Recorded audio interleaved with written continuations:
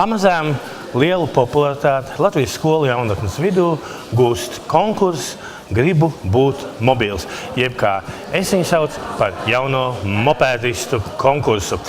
Valdiņ, vai šajā gadā mums ir kārtējais pieaugums un cik tas ir liels? Jā, jau 8. gadu veidojot šo konkursu, ar katru gadu komandu skaits kļūst vairāk un vairāk. Un tā šogad esam piepulcējušies gandrīz 500 komandām. 500 komandas. Tie ir bērni, kas vēlējās saprast, vai viņu zināšanas ceļu satiksmē ir pietiekams, vai viņiem vajadzētu ko uzzināt jaunu. Un tagad mēs tikāmies ar 7 pašām labākajām. Un šoreiz atkal ir noticis tā, kā tam likumsakarīgi vajadzētu būt. Ja tikko mēs suminājām, labākā CSDD satiksmes drošības skola ir Strautiņu pamatskola, tad Strautiņu pamatskolas komanda Strauti 1 arī konkursā Grib būt mobils ir labākā komanda. Tas pilnīgi sakarīgi apstiprina to, ka skola ar tradīcijām mācīt satiksmes noteikumus gan jaunajiem velosipēdistiem, gan mopēdistiem, gan gājējiem izcīna konkursos pirmās vietas, jo nevar pēkšņi tapt par zinošu, tam ir jābūt likumsakarīgam ceļam uz zināšanām. Un tā šie bērni mācās jau jauno satiksmes dalībnieku fórumā, kā velosipēda vadītāji. Viņi 3 gadus iet cauri šim konkursam un tālāk savu izglītību turpina, jo konkursā Grib būt mobils. Kaut nu viņiem pietikt spēku tālāk turpināt, arī dodoties uz autoskolu.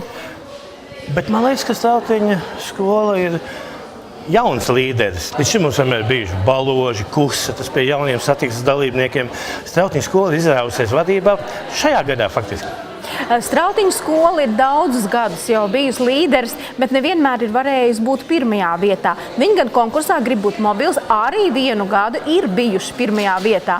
Jā, bet 2. vietā labākā CSDD satiksmes drošības skola ir Kursas pamatskola, kura savukārt jauno satiksmes dalībnieku fórumā pārstāvēja Latviju Eiropas sacensībās. Tā kā abos šajos konkursos ir uzvarējušas komandas, kas patiešām tiek gatavotas skolās, kurās ļoti lielu uzmanību pievērš satiksmes drošības jautājumiem, sākot no 1. līdz pat 9. klasē. Un arī Strautiņu skola ir ar lielām tradīcijām un ar senu pieredzi šo jautājumu mācīšanai. Skolotāji, kura nenogurstoši katru gadu ir gatava mācīt jaunus un jaunus, gan velosipēdistus, gan mopēdistus. Man prieks par tādiem entuziastiem, kur mums Latvijas skolās ar katru gadu kļūst vairāk un vairāk, un tas priecē jo īpaši.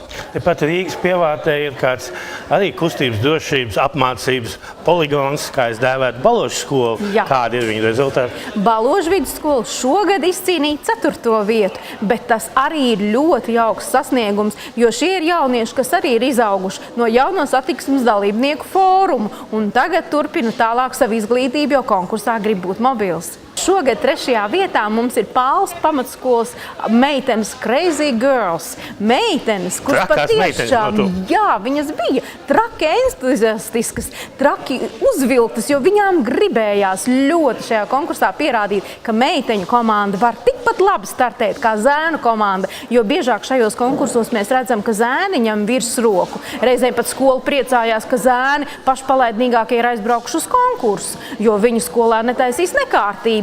Bet šeit meitenes ar ļoti lielu deksmi pierādīja, ka viņas grib būt satiksmes noteikumu tēmā tikpat labas un zinošas. Un es vēlētos novēlēt ikvienam būt tādam pašam Crazy Girls vai Crazy Boys un cīnīties par to, lai zināšanas par ceļu satiksmi būtu viņu vajadzība, viņu nepieciešamība un ne tikai zināšanas, bet rīcība uz ielas, būt saskaņā ar likumu, būt saskaņā ar apkārtējiem satiksmes dalībniekiem un būt vienam no tiem, kas ievēro ikdienas ceļu satiksmes noteikumus.